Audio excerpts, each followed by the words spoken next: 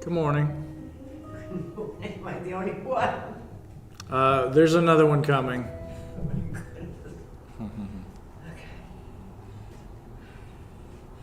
Are you getting excited for your son graduating? I am too, believe it or not. It's a week from today. He's what? A week from today. I know. Isn't that? You must be so proud of him. Yeah. He is one of the finest boys. Isn't he? And I had 3 of my own, so I speak for anyhow, he's so...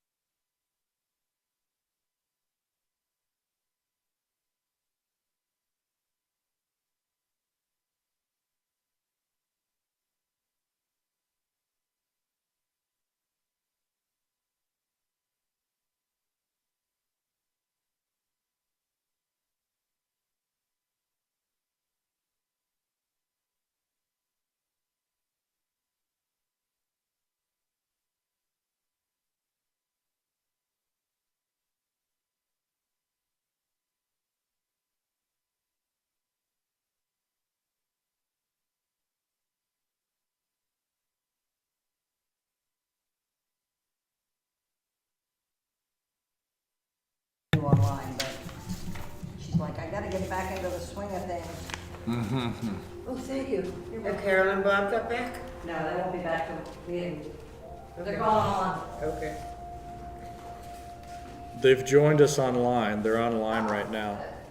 I can't hear you. They're connected through the internet right now. Oh, are they? Great. They're in Illinois.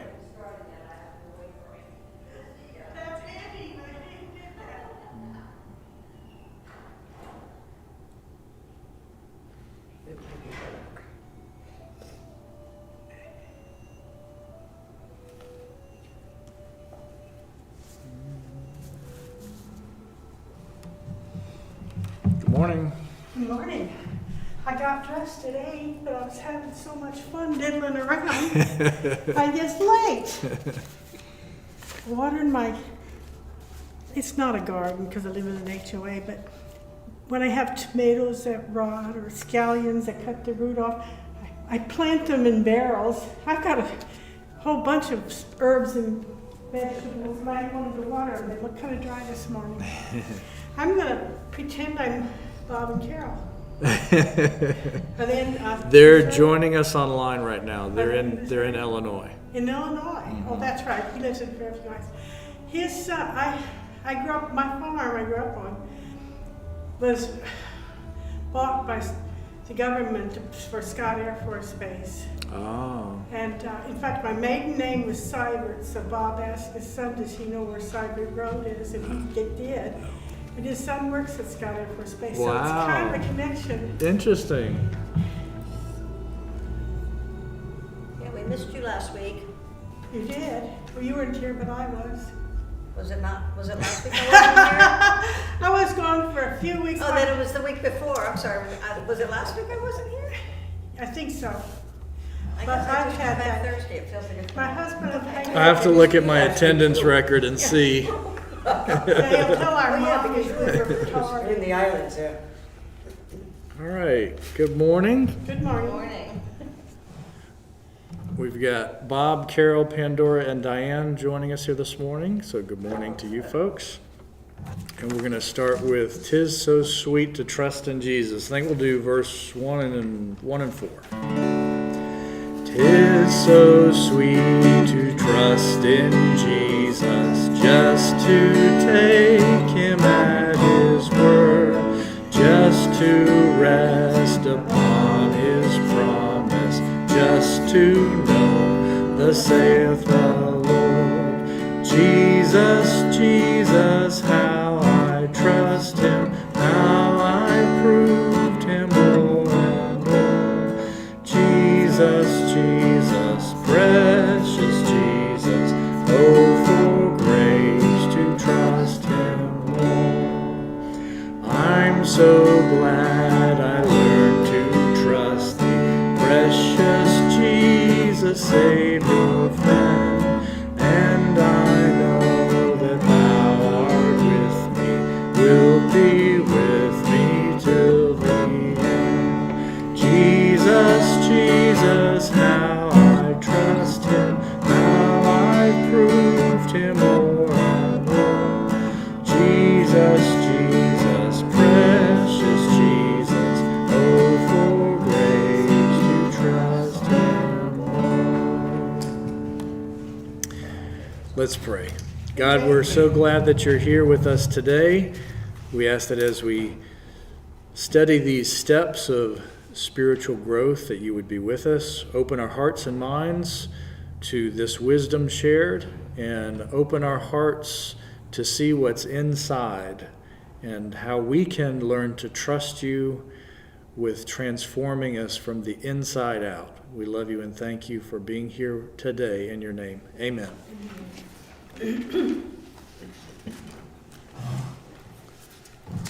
Thank you. All right. I went ahead and found a copy of the 12 steps for us so I didn't have to thumb through the book. It's always good to kind of review just before we get into the current step that we're on. So we can look here, the 12 traditions or the 12 steps.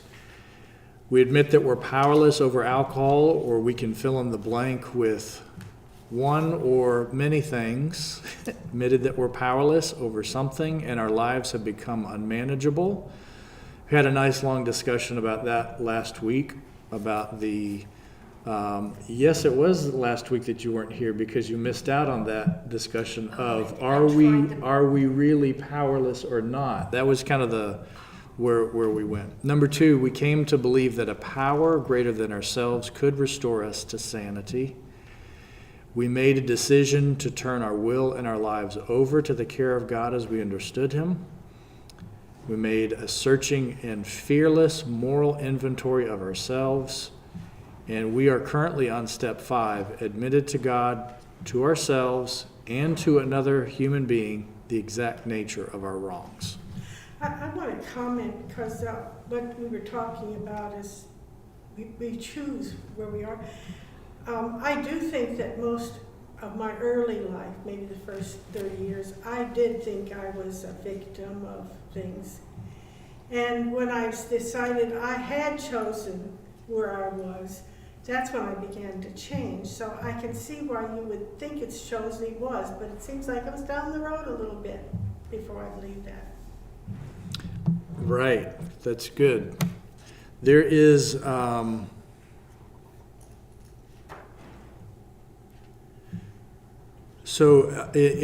the class that I'm taking right now, Theological Frameworks for Ministry, we're digging into different theological concepts. And then our final paper for the class, which is due at the end of next week, which I'm working on.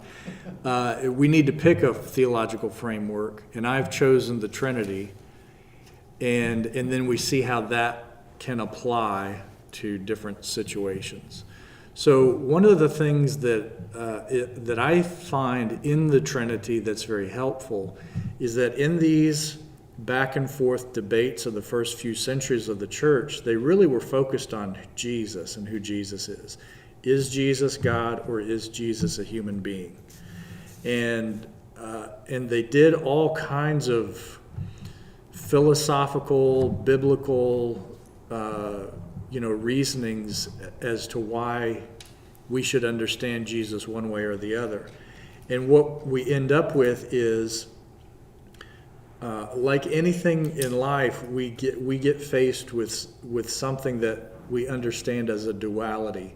Something that seems to be two opposites or two very different things, and seeing how those things fit together. So what they were dealing with was this dualistic understanding of, is Jesus God or is Jesus human? It's one or the other, right? And so what they ended up coming up with was there is a deep truth of reality that we see in Christ, which is that Christ is completely divine and completely human. So that doesn't work out mathematically, because in math you would say, what's the percentage? 50, is Jesus 50-50? That was one of the arguments. One of the arguments was he's half and half. Or there is the argument was, well, for certain situations, Jesus was human, and for other situations, Jesus was divine. And so Jesus is kind of going back and forth.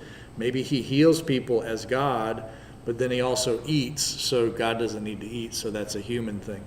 So what the church came away with was, it is completely divine and human that we see within this. So we can use this. We use these dualistic understandings in life, and they're very helpful, and they help us to make decisions and to understand things. When we're looking at this idea of who's in control of my life, who really has the power in my life? Do I have the power? Am I 100% responsible for my life?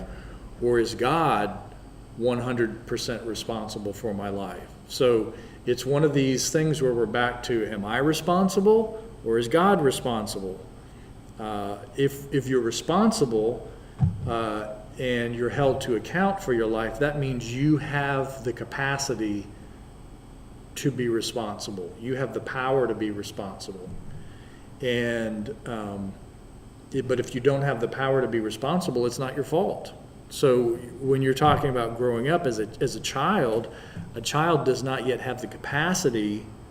When they're an infant, they don't have the capacity to be an independent person, because they're dependent on somebody picking them up and putting them down and feeding them and changing their diaper, and just complete dependence. And then gradually, as all of us grow, we get to the place where we become more independent, even though we're still dependent on one another. So this idea of, I don't think we can ever say, I think we can go back to the Christ example, we are completely responsible for our lives, yet God is completely responsible for our lives as well. God did create us after all. So it's kind of, we didn't choose to be born, right? So God has to bear some responsibility for this. But God somehow still empowers us and invites us into relationships so that we can experience some independence, but it's never completely independent. We can't live without God.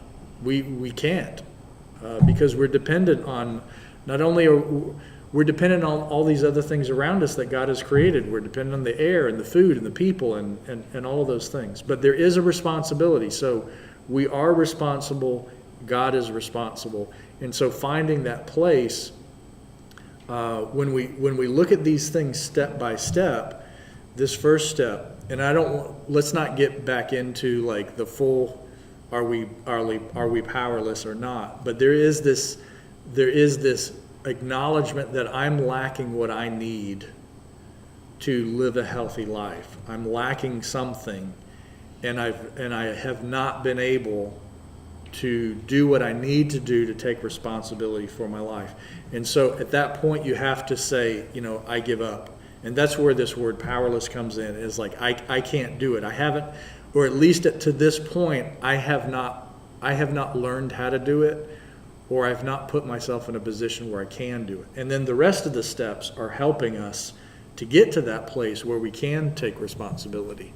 So let's do Sandra, and then we'll do Jay. I want to say, with my experience, I found when I gave up the victim and decided I had choice, I went through many years and a little of it still lingers. That makes me co-creators with Christ of my life.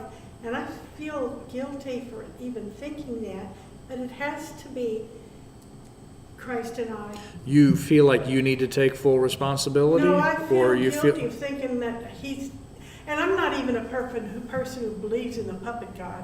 Right. But I feel like I shouldn't say I have that kind of power for Christ to lead me. Although Right. I look at my life and I thought, if I want something, if it's a good thing, I can get it. So you're coming from a place where you're feeling like I should be totally dependent on God. I don't know why. Not really. That's only a feeling. That's not Yeah. up here. No, that I understand that, and there is, I'm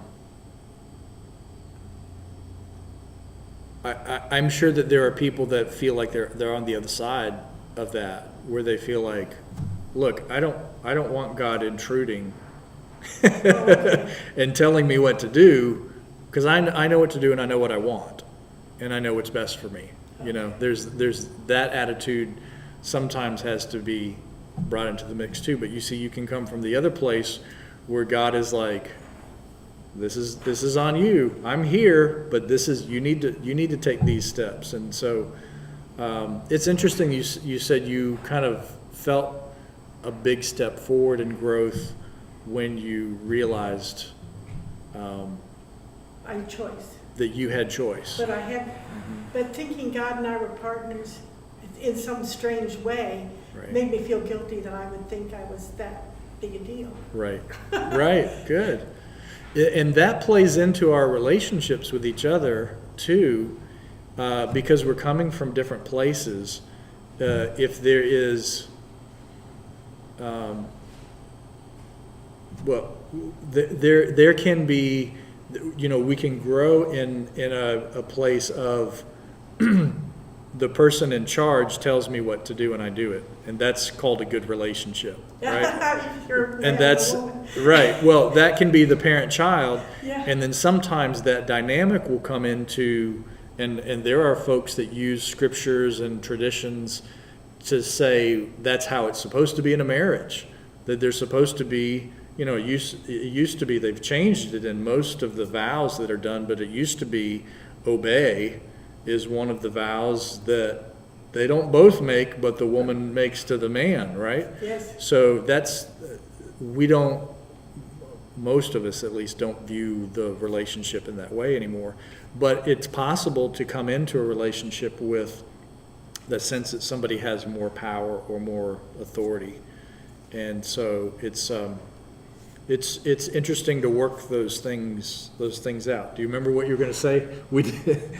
Oh, yeah, although the part I was thinking is what you were talking about, whether God is man or Christ, in other words, or Human or man or divine. God. And the Christ kind of takes that part out of it, because I think the Christ kind of melds the two together in a certain way. Because technically, according to the Bible, we are the creations of God, created in the image and likeness of God. So we are God's creation. God's whole and perfect spirit. In other words, the Holy Spirit supposedly got together with the creation of God. In other words, the Spirit of God became with the material part of God. In other words, there, and became one, which they became one, and the offspring was Jesus, who had both the whole perfect Spirit of God with himself and that of his mother. In other words, the way of the world. There's a, Then the Christ was put into it. We anointed, which Christ means the anointed one, or appointed one. right. Anointed, appointed God. In other words, this is why what Jesus accepted. There's a theologian, I'm not going to remember the name, so I won't mistakenly give credit to the wrong person. But the saying, the way that he described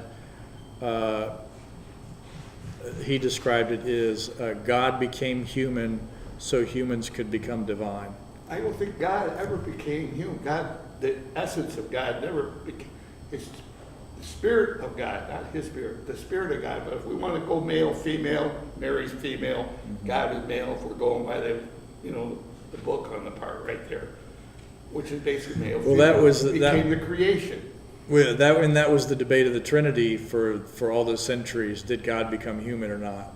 I look at it there that I heard a good definition of the Christ. In other words, is God's divine, perfect idea, personified and made manifest by and through man, which I thought was a good definition, because it's the idea. In other words, the Spirit in God. In other words, where we actually bring that force over, and where Jesus was able to transform things, transform negatives into positive, change the whole way of thinking. In other words, to remove the law, the Lord, in other words, which we're all fall under the jurisdiction of that.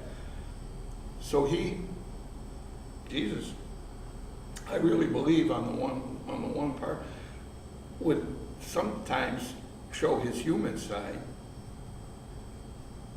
and then he would also, it's like when the Spirit comes upon us, in other words, you do it, but he had that direct gene, or the Christ, in other words, that appointment, that divine perfect, the perfection. He could say something and make something perfect and whole. Right.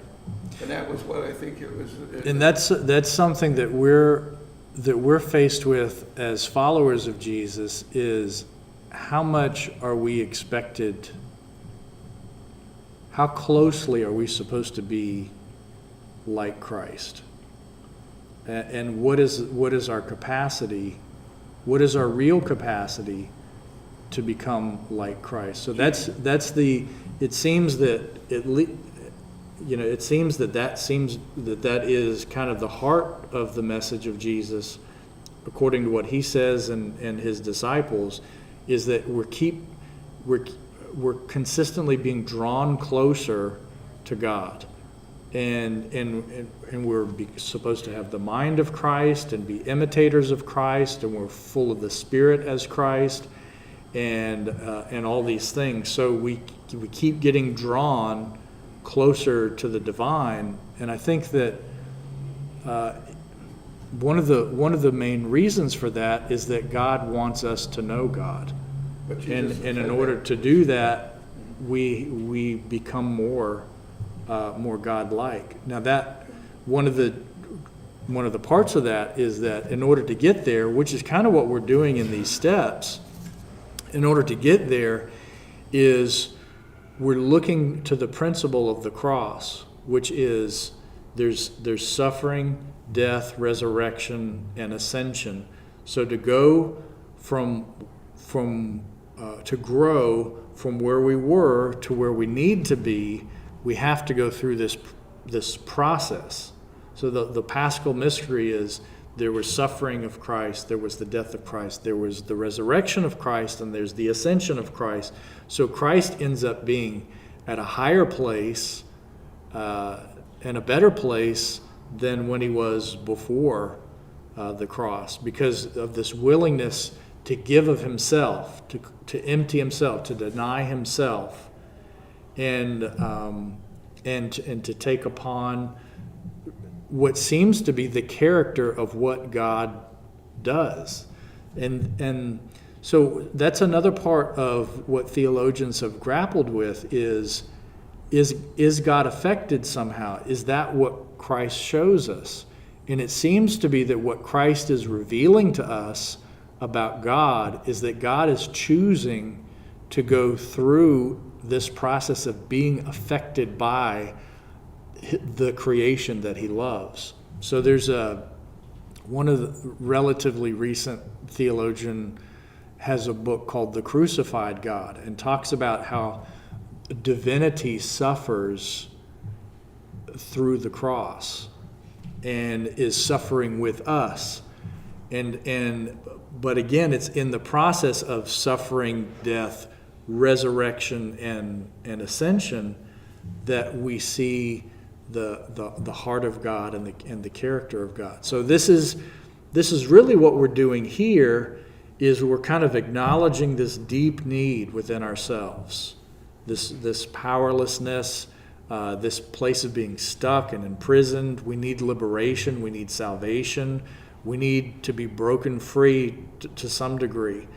And so acknowledging that God is there with us and for us, acknowledging that it is possible when I turning over our will. This is dying to self. If we really turn over our will, it's usually really painful. There's a death involved, because there's part of us that doesn't want to turn it over and that wants to hold on to it. But we're turning it over because we're trusting that God will care for us and will bring us to ascension, even though in order to get there we must suffer, die, be raised, and resurrected. And so what we're doing is, in number 4, is we're looking at what is it that needs to die in us. It's all this process. What is it that needs to die within us and be raised and ascended from where it is?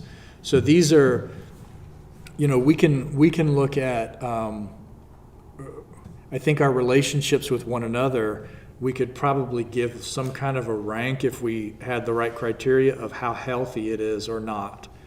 And every relationship can become more healthy and more whole.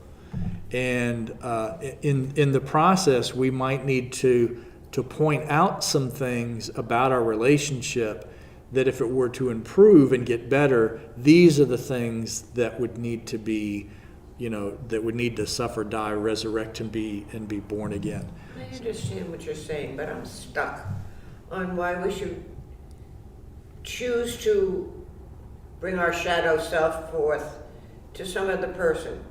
Mm-hmm. It's just like confession. Why can't we just talk to God, which we do? Mm-hmm. Why do we have to tell somebody else?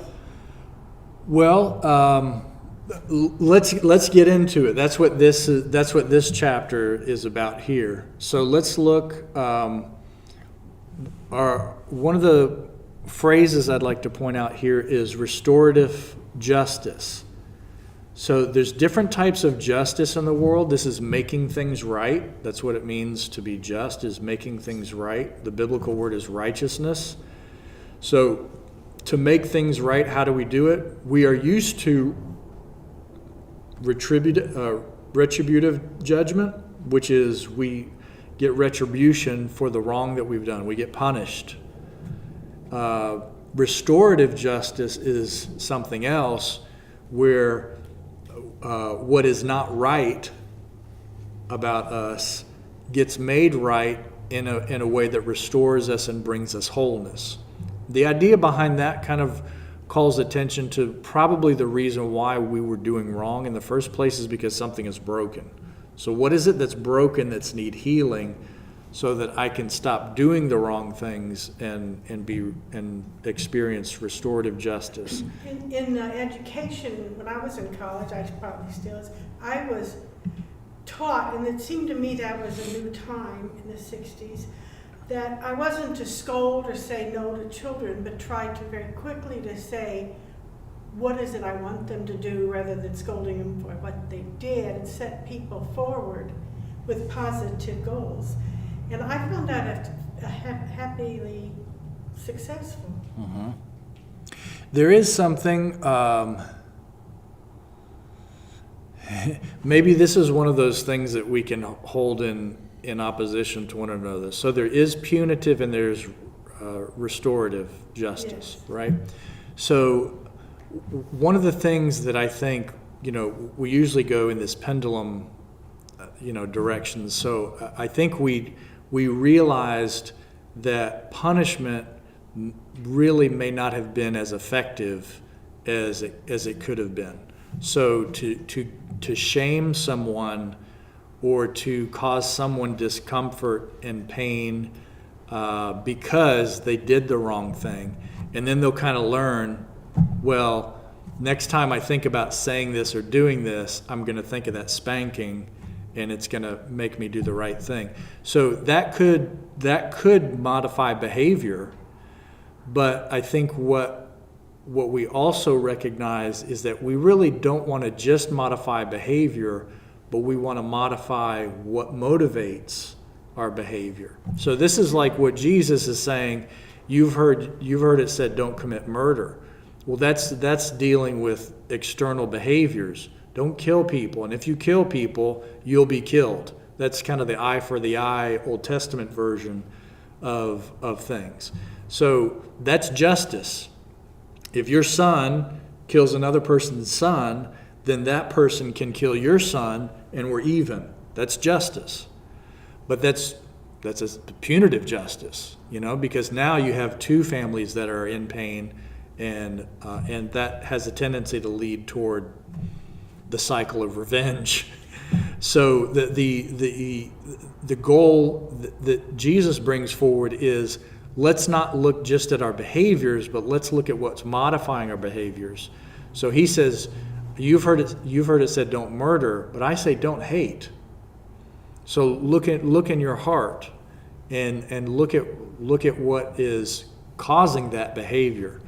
And so instead of punishing, the idea there is, let's look inside at what is motivating somebody and let's speak to that. Now here's the thing that would be good to know, is that if in our attempts to modify the heart, we don't let, if we're talking about parents and children, if we don't let our children experience the pain of bad decisions, that may not be a good thing either. Because what we learn in life as adults is that when we make the wrong decisions, sooner or later we will experience painful consequences from them.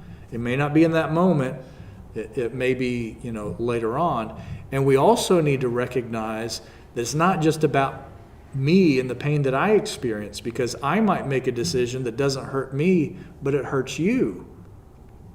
And what that means is that if I'm willing to continue to do that, if I'm willing to keep hurting you and it doesn't affect me, I've got like a problem. They call that a sociopath. Yeah. I've got a problem because I'm not in a relationship with you that is healthy enough that I experience pain when you're in pain.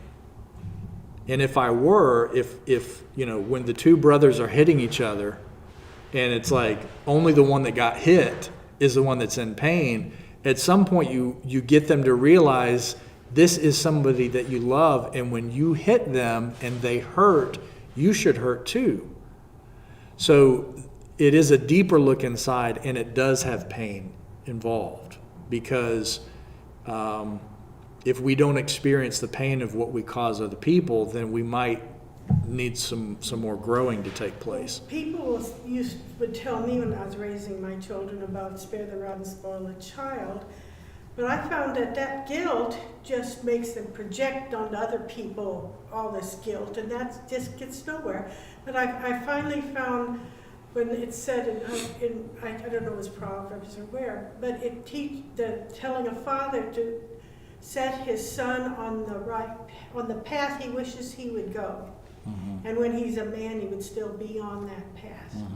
And I felt that was what we were transitioning in my education to put children on a path that they wouldn't have known it, but they and the Holy Spirit found was the one they should be on. Good. Right. We're teaching kids how to learn. That's right. Right. And so when they're gone, they'll keep learning because they've kind of learned how to learn. All right. So let's look here a little bit further. You cannot heal what you do not acknowledge. What you do not consciously acknowledge will remain in control of you from within, festering and destroying you and those around you. All right, so that's kind of a deep insight of what these steps are about. You cannot heal, and that's what we're going for, is we're going for healing. It's not just bad behavior. There's something causing the bad behavior that we have to look more deeply. So you cannot heal what you do not acknowledge. So if you don't acknowledge or understand if you can't see what needs to be healed, there's nothing you can do about it.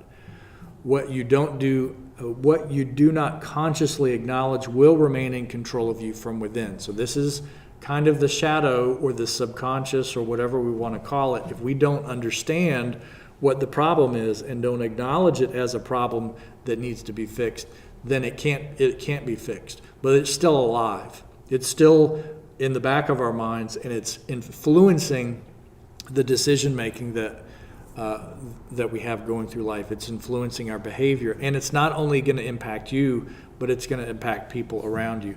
So if you've met somebody that is just an easily angered person that will lash out, there's a good likelihood that there is something broken that needs to be healed inside of that person, and they are manifesting that pain when they come into situations that touches the painful part of them, and they're doing it in a way that is not only an expression of pain as anger, but it's also in some ways could be a defense mechanism that keeps people away. Don't mess with me. Stay away. Because if you get close to me and you get close to that painful thing and you say the wrong thing or do the wrong thing, it's likely to set me off. So we have to acknowledge what needs healing. And I think that calling it heal or acknowledging it as healing and not just bad behavior, I think is more helpful. In step 5, I'm going to go down a couple sentences. In step 5 of the 12 steps, a very similar technology for healing and restoration is set forth. A clear structure of accountability for knowing, speaking, and hearing the full truth so it does not kill the addict or others. Perhaps that is the best kind of retribution and the only one that really helps both parties at the spiritual level. So let's talk about that. This has to do with acknowledging to another person what it is about us that needs healing. So there's what is at stake here is an issue of accountability. So I think when we're asking another person to listen to what it is that needs healing, what we're saying is in some way we're acknowledging our step 1. We're acknowledging there is a powerlessness that I have to heal this. I need people. Human beings are designed as people who need people. We're social creatures, and throughout all human history, we do things together, and it's part of us. if we are reaching our potential and experiencing life in its, in all of its joy and fulfillment, it's done with people. Now, occasionally, people will go off and live with nobody around. Somebody will go up to a mountain or on an island, and they'll live out their days, and they don't want to have contact with people. Some people want more people around them, and some people want less people around them. But regardless of that, there is a need for people. And whether we know it or not, we really couldn't live the life that we live right now if there weren't for people. We're sitting in chairs that were made by people, and we're in a building that was made by people, and we're in comfortable air conditioning in South Florida because of people. And so, people are very involved in every part of our life. These things didn't just magically happen, So there's, in our relationships, we need people to get through these healing things. And I think having somebody that you share with helps you have a clearer picture of what it is that you're dealing with. So I think we can have self-awareness and insight. We can share them with God. God can inspire us and give us wisdom through the Spirit. But it does seem that God also wants us to find the fulfillment of life in the company of other people. Jesus didn't just go and have this ministry by himself. Jesus went and surrounded him with people.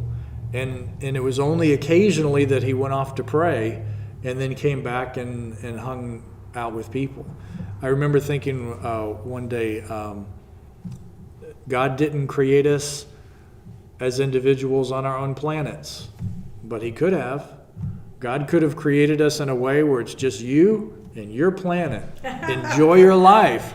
And it's just you and God and the plants and the animals. This is what it looks like happened with Adam, right? And that's the story of Adam, is that for a while, according to the story, he had his own planet with all the stars and the moon and the sun and all the vegetation and all the animals and everything, and he's naming the animals. And then he's like, wait a minute, God, even though it's me and all this wonderful creation and you, I'm lonely. And God, then says, well, you don't have to be lonely anymore. And then the command to Adam and Eve later on is, go forth and multiply. More, we need people. People need people.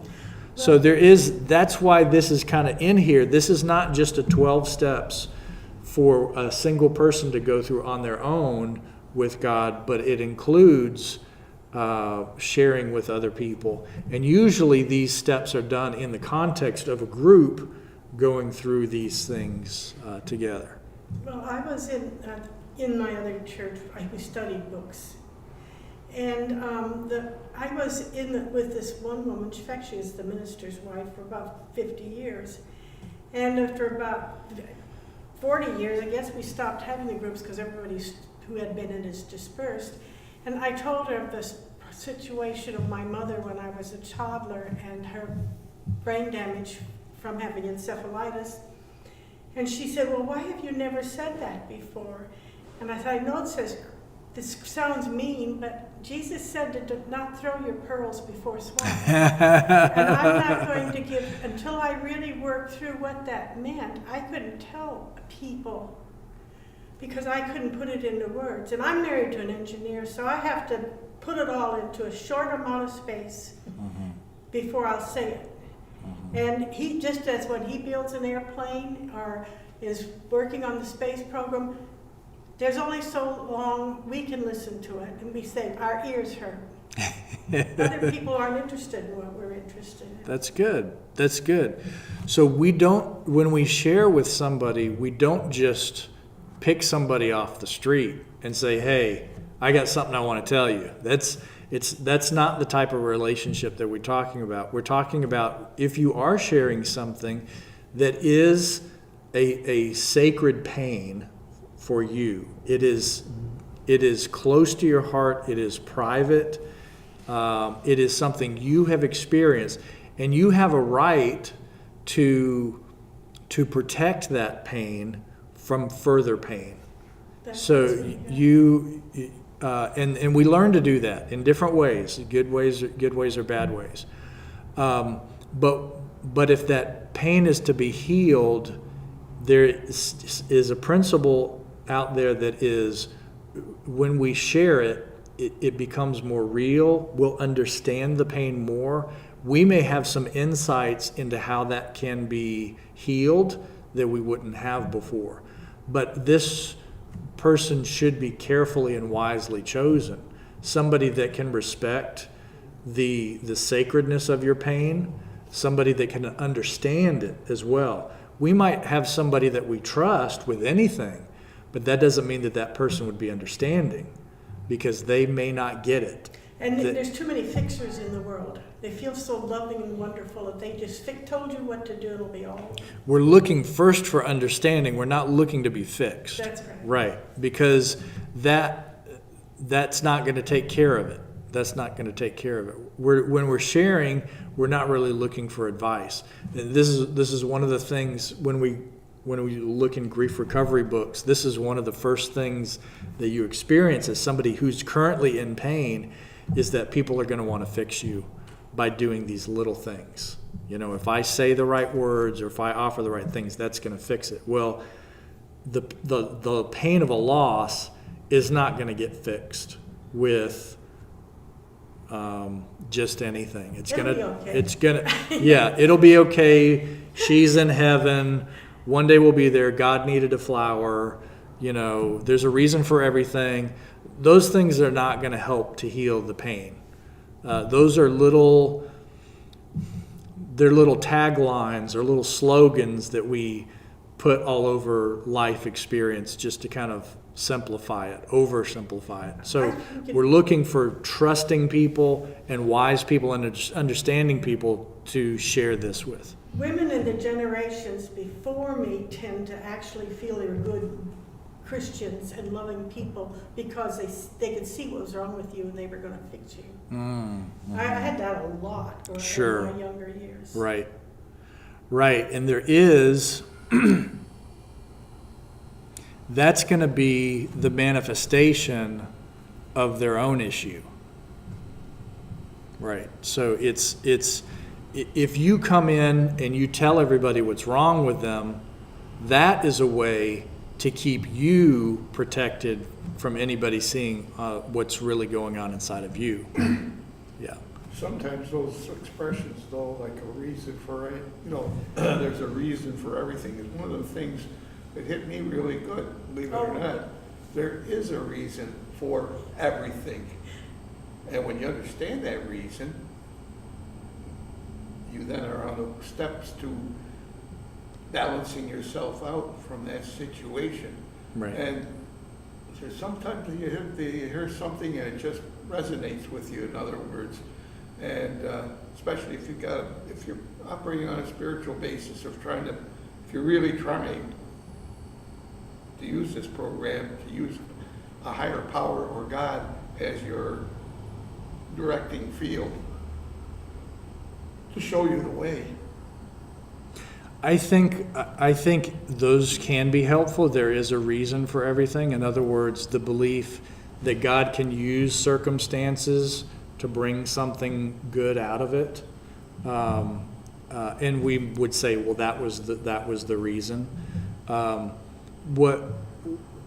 That can be helpful in sometimes moving us forward. Because we have kind of a goal in mind or something like that. In my experience, in some instances, that in itself doesn't heal pain.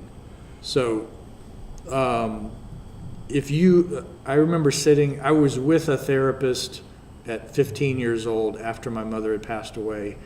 And the therapist said, and I remember the essence of it, the therapist said, if I told you right now in this moment why your mother died, exactly why. This is the reason, this was the purpose, everything happens for a reason, and here's the reason. If I told you exactly what it was, would that make the pain go away? And I could not, when you're in the middle of feeling that, it doesn't make it go away. Because even if you had it there, it might help you move forward. Like, for example, I can look at her passing as, well, if that hadn't happened, then, you know, my dad wouldn't have gotten remarried. He wouldn't have started to go to this other church. And in this other church, he found a wife, I found a wife, and my two brothers found wives. All five of us boys, or four of us boys, found wives in this one place, and it never would have happened if my mom hadn't died. And that's a reason. That's a reason, but it doesn't make the pain go away. It doesn't heal my pain. I can tell you, because it's my pain, it doesn't heal my pain. It may provide some comfort, and it may provide some sense of meaning, but there are some things that is like, you can't, you know, if somebody's, anyway, there are atrocious things that no reason is going to be good enough. But I'm going to acknowledge that, yes, in some circumstances we can see that principle at work. You can't. People will say, this is one of what's the name of the book? There's a Holocaust survivor that wrote, I don't know if he was a survivor, when bad things happen to good people. Is Rabbi Kushner. And one of the things, and I'm thinking about another rabbi that wrote, but there are references, a lot of modern day Jewish folks will have a relative or someone who went through the Holocaust, and for many, there's no explanation what good could come out of, you know, the death and mistreatment of all these people. I can acknowledge silver linings. I can acknowledge that some good can come out of bad things, but the idea that the only way that this good thing could happen is if this specific bad thing happens, I don't know. I mean, they're issues of faith anyway. I have faith that this is the reason. None of those things can really be like proven one way or the other. Well, the death part, what you're saying, when someone passed away, that's one of the things there that I guess that there. I remember both my parents when they passed. First I had that thing, and I said, I'd like to understand this. In other words, read the Bible, basically getting this way, eternal life. It says eternal life. We're being selfish for ourselves because we're seeing they have left us. In other words, we've got to understand Right. that in other words that they're progressing, spiritual progression. Right. And that's what, if you believe in it and you look at it in there, it takes the sting of death. Where is thy sting? In other words, I look at it and honest to goodness, I actually blessed it. My father was suffering. Mm-hmm. He was suffering with Lou Gehrig's. That's disgusting disease. Sure. And the point of it is, he had passed on already. I couldn't feel it. I mean, his spirit was already gone, in other words, at that one point. And I just could say, I kind of almost got visions of where he was, in other words, where he would go, in other words, and how things, I'm not saying they were factual, but it sure made the transition easy for me. Yeah, there is, so that is a cognitive It's a reason. therapy. So these are reasonable Right. explanations for something. So for emotional pain, our cognitive understanding might help some, but there are other parts of the emotional experience that have to be healed by something else. That reason in itself may not do the work. So like when we're sharing our pain, we may have a greater cognitive understanding of the circumstances around our pain. We may have, by faith, an understanding of how going through a circumstance has actually put us in a better place, and be thankful for that. But there still is something about pain that essentially just has to be felt and grieved about and fully acknowledged. And one of the ways we can fully acknowledge our pain is to grieve with someone who is there just sad and understanding our sadness. And then just experiencing the sadness in itself will actually bring healing. It's not fixes or understandings, but it's just allowing yourself to experience the pain of something that can bring healing in itself. My husband is a private pilot, and when we were young, when we were dating, and so he thought I pulled one on him, I was flying with him everywhere. But then I was really afraid of flying, and people would always try to reason me out of it. And I realized only somebody who felt like I did could help me to cover my fear. Although I had children when I got afraid of flying, and I didn't know how to swim. I was from the Midwest. My children, being Floridians, learned to swim like fish about 12, 10, and after that, I was no longer afraid of all these things that would leave them without a mother to take care of them. Well, nobody could have told me that. I had to watch my life unfold to realize that's what was going on. There's something called cognitive behavioral therapy, which is probably the one that's used the most. And it focuses on our ways of thinking and our ways of behaving. There's kind of in studying this last semester for the paper that I'm ultimately writing, I'm looking at emotions, and there's something called emotion-focused therapy, a therapeutic approach based on the premise that emotions are key to identity. And Wait a minute, say that again. Emotions are what? are key to identity. Our feelings identify. They are a guide for individual choice and decision making. So it's in emotion focused therapy, we're coming to a better understanding of how our emotions work. What is it that is creating emotions within us? What do those feel like physically? What thoughts are those attached to and associated with? How do I process those things? There was one session where they gave an example of the session. You didn't get to see the details, but essentially what the therapist did is sat across from the patient in two chairs, and the patient shared an experience with her father that was a very painful experience, and took her, she shared about how her emotions have been affected by that experience.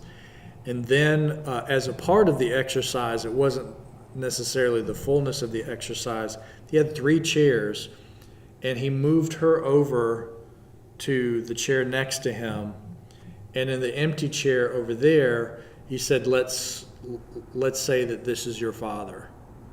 So I want you to talk to your father about this situation where you experience pain, and let's talk about how you're experiencing your emotions in conversation with your father. The chair is empty, but we're imagining the father is there. And then he said, now I want you to switch chairs, and I want you to sit in the chair where the father's sitting, and I want you to experience what you just talked about as your father. How is your father feeling during this experience? So this kind of goes to show, in the context of a therapist, another person who has some wisdom and insight, and in the context of the person who is there during the painful experience, it gives the person who is in pain the opportunity to experience and understand and process and heal from and move on in therapy. I thought it was fascinating if we usually when we go through painful experiences, in those painful times, we get more self-centered than ever. Because I'm the one in pain right now, you know? If you grab a hold of a hot pot, you're not thinking about anybody else in the world except for yourself and your burning hand, right? Well, that happens emotionally too, is that we get so focused on, I'm feeling overwhelmed by this, right? So being able to sit with someone and share that can be liberating. It can be, if it is the right person and a wise and understanding person, it can be liberating, and it can help us to process those experiences. Is that an example of moving from, you talk a lot about duality, so I'm trying to picture that. Is that moving from duality to a full dynamic relationship? It might be.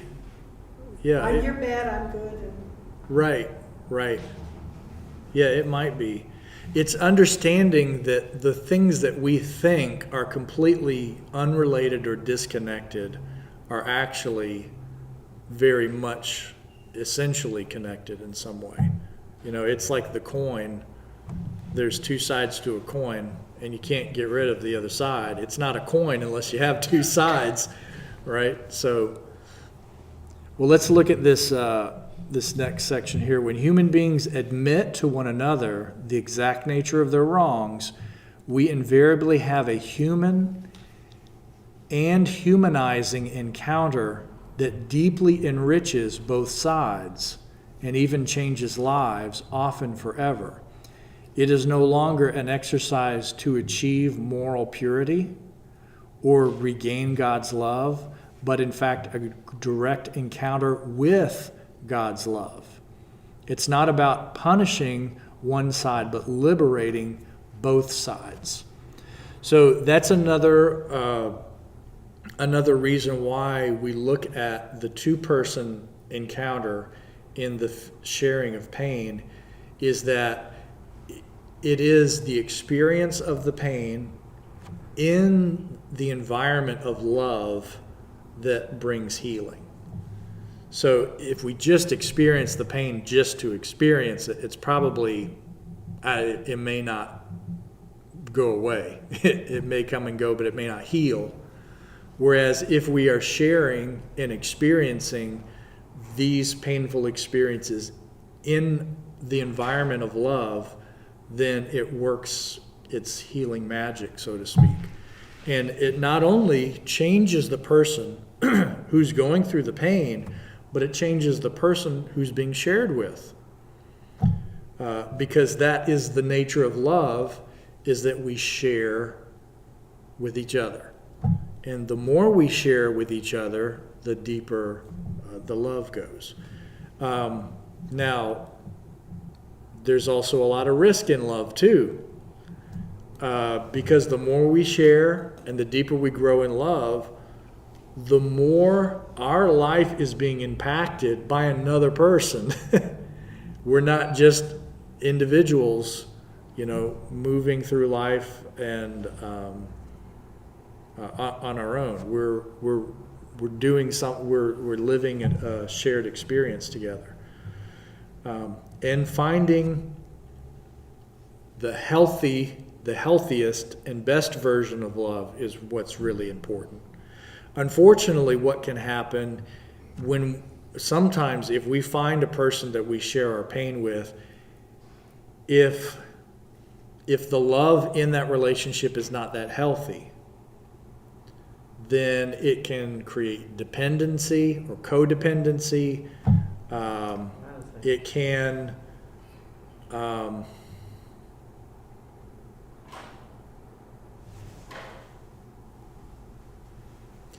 It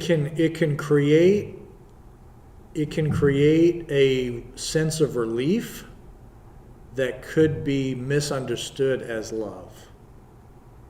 And if you're sharing with a person who doesn't understand or have the wisdom or confidence that you need, and we're just sharing our pain with each other without both growing, then that's not really helpful. And that can turn into, we still get something out of it. We still get a good feeling out of sharing our misery with each other. But if you have two miserable people sharing their pain with each other, but neither of them is wise or fully understanding to help lift or help that person experience healing, it's like our relationships also can kind of weigh us down too. It's hard to it's hard to find those healthy. With love is simply giving of yourself to it. That's it. And you said on the one part, in other words, but you gotta be, so you don't invest yourself into something that's not right. That's not love then. It ceases to be, starts to be fear on your part. Fear that I'm making a wrong decision by caring for this person. I think love has many degrees to it, but it's always giving. Always giving. Yeah. Giving, and without the thought of the return coming back from it, that's the toughest part. Especially when we invest our time in a relationship with a wife or a girlfriend or someone there. Yeah. Well, I think when we look, if you look at like Jesus has his disciples ask him, how do I know who's a real prophet? And he says, by their fruits you will know them. Mm-hmm. There's a principle there that can work for a lot of cases. And I think one of the cases would be if you want to know whether you're in a loving relationship or not, you'll know it by the fruit. And the fruit is you're going to be a happier, healthier, more whole person. That's the fruit of that love. If something appears to be love and you're in a relationship that is, there's a bond and it is I'm getting I'm getting something good out of it. I'm getting a good feeling. But overall, if the fruit is you're really not growing as a person, you're not healing as a person, if you're kind of like stuck as a person, then it might be the nature of that relationship. Let me get to you before. I just wanted to say, and this is just from my experience, in a 12-step program, but one of the things that I think is so wonderful about 12 steps is steps are in order for a reason, and it's, suggested that we have a sponsor, so it's somebody that you get to know, and it's a process. It's not like, okay, I'm dumping all of this on you.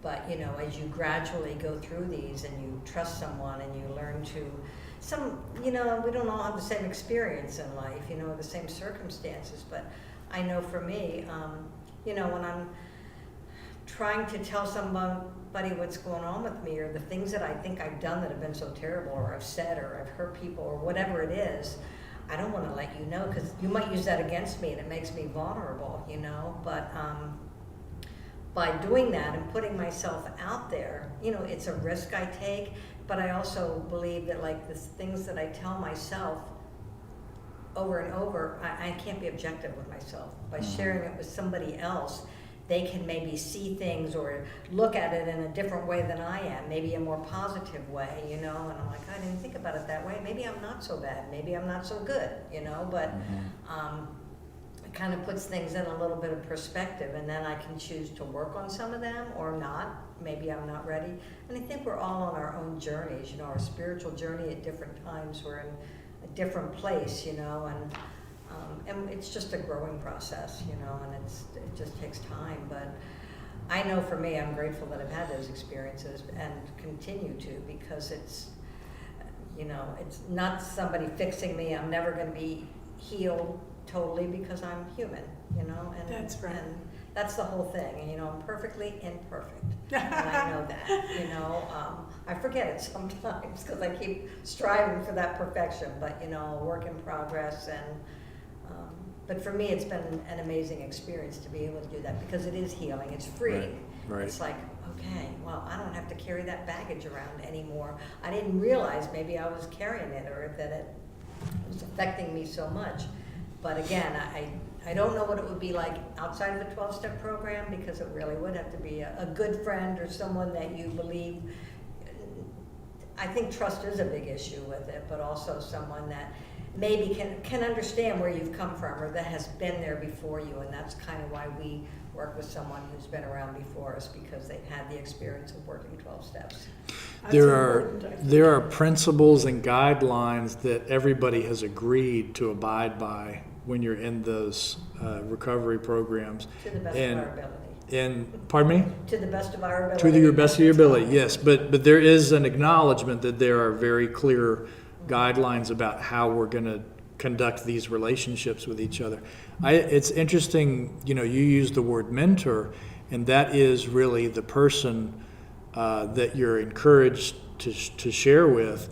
And if you think about it, the nature of a mentor and a mentoree or mentee is that these are not. This is not really a relationship of equals.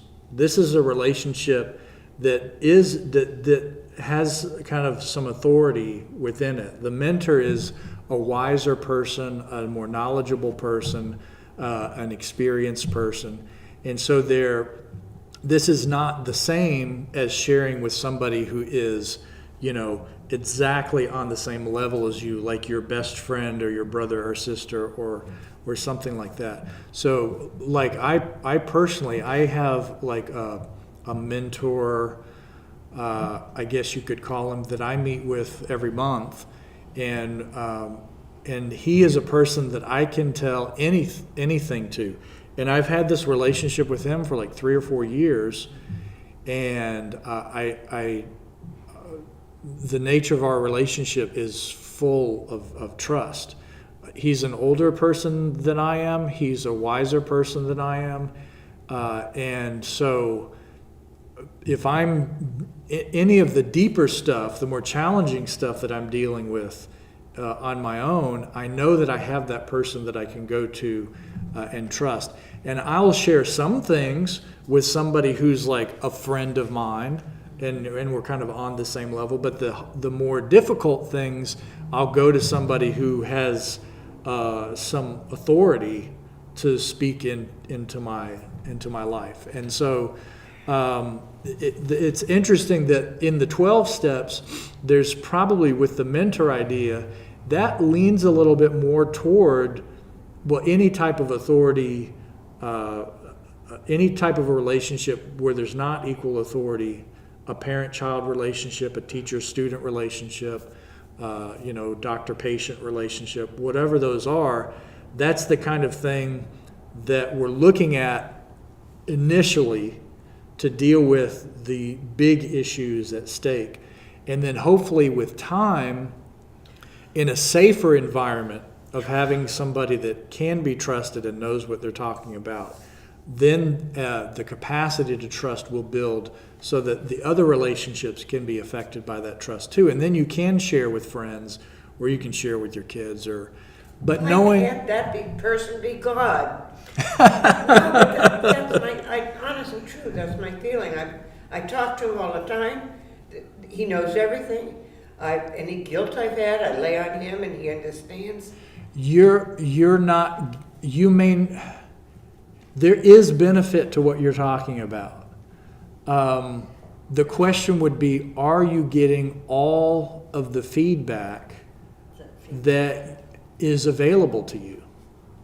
There may be some feedback and some insight and some understanding that's available to you through another human being that you will not get on your own or in your relationship with God. I mean, yes, God talks to us, but let's be real, the way that God talks to us is not exactly the way other people talk to us. And so another person will be able to relate and bring insights and understanding that you won't have in your relationship with God. And what a person of faith might say is, God put them there for that reason. There's the joke about a man who, we can end with this, I guess. A person was living in a place where there was a flood, and the flood came up to the floor, and then it came up to, a few feet above the floor, and finally it came up, it kept rising to the roof of the house. The man was stranded there on the top of the house, and he prays to God, God, come rescue me. And he's praying, and a boat comes by, and the guy says, do you want to get in the boat here with me? He's like, I'm praying to God right now. Thank you very much, but I'm praying to God to be saved. And then, helicopter comes and lowers the rope and says, hey, get on the helicopter. I'm okay. I'm praying. And so the guy dies and goes up to heaven and talks to God. God, I got to talk with you. Why didn't you save me? I mean, I've been faithful to you and we have this good relationship. He's like, well, I sent you a boat. I sent you a helicopter. So maybe there are some things that are available to us that will bring us something that we would not otherwise have. It will take trust to do that, and you would have to believe that would be beneficial. And I think, as we're saying here, a good starting point is somebody who is a professional, who does this for a living, who has confidentiality. When you go see a therapist, you have a legal right that your information is confidential, So that's a place where you know that you are in a safe place, and that things can be acknowledged. It doesn't just mean you share it with anybody, for sure. I have to add a personal experience to that, though. I've known when my kids were teenagers, at least 4 families that they sent their child to counseling because of drugs or something. And all of those therapists worked on the child, and it made the parents feel so good. And after a while, the child was healed, I guess. But I knew those families, nothing had been done because nobody ever talked straight to them and authentically to the parents to deal with the whole family. And some of these mothers I know at my age now, they're on opioids because they've never dealt with anything, because it was always, I will take care of the child. Right.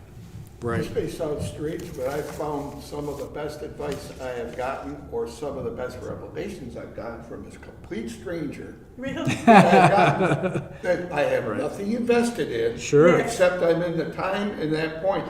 I found myself to love that, there. When I'm invested with a person, I'm at that point. I may not even know their name.